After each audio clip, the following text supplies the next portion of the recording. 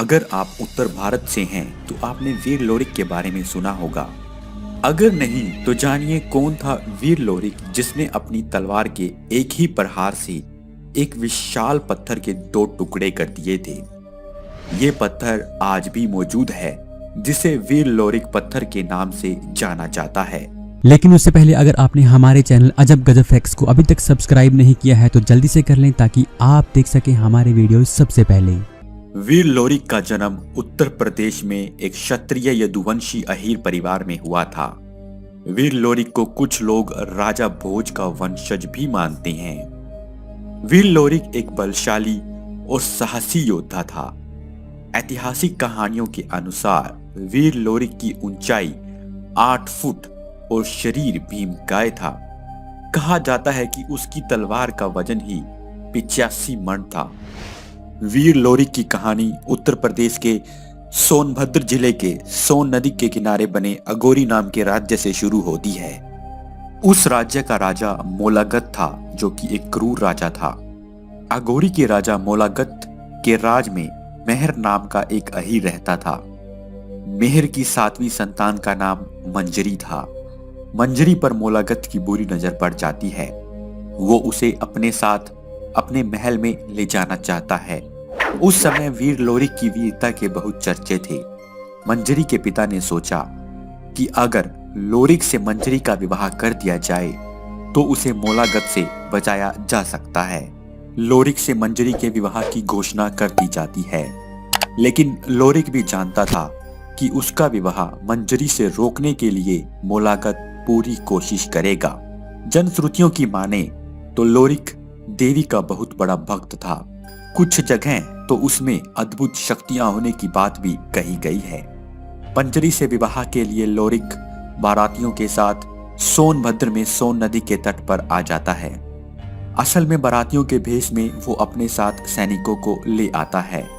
मोलागत भी लोरिक को रोकने के लिए एक बड़ी सेना के साथ उसके सामने आ जाता है।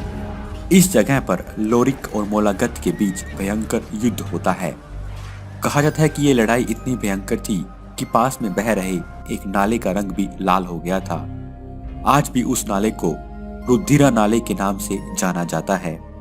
उसी जगह पर नरमुंडों का ढेर भी लग गया था और आज उस जगह को नरगढ़वा के नाम से जाना जाता है।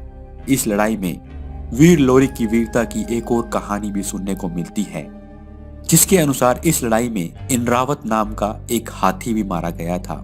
कहते हैं कि इंद्रावत नाम के हाथी को लोरिक अपने मुक्के के प्रहार से ही मार डालता है और उसे नदी में फेंक देता है। इस तरह जनश्रुतियों में लोरिक को हाथी से भी अधिक शक्तिशाली बताया गया है।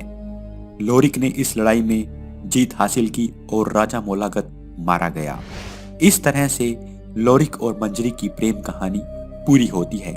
लोरिक और मंजरी की ये प्रेम कहानी पूरे उत्तर प्रदेश, बिहार और छत्तीसगढ़ में बहुत प्रसिद्ध है। जब मंजरी विवाह के बाद लोरिक के साथ जाने लगती है तो वो लोरिक को कुछ ऐसा करने को कहती है जिससे आने वाले लोग उन्हें हमेशा याद रखें। मंजरी लोरिक को एक चट्टान दिखाते हुए कहती है कि अपनी शमशीर से इस चट्टान के 2 टुकड़े कर दो ताकि ये आने वाली पीढ़ियों के लिए एक यादगार बन जाए। इसके बाद लोरिक अपनी तलवार के एक ही वार से उस चट्टान के 2 टुकड़े कर देता है।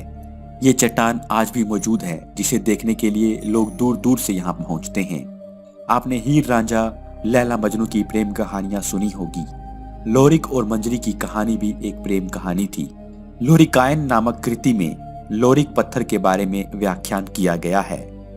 वीर लोरिक की इस कहानी का उल्लेख अलग अलग जगह पर अलग अलग ढंग से किया गया है, लेकिन क्या ये कहानी मात्र एक कल्पना है या इसमें कुछ सच्चाई भी है? अगर आप इसके बारे में अधिक जानते हैं तो आप अजब गजब फैक्ट्स के दर्शकों के साथ जरूर शेयर करें।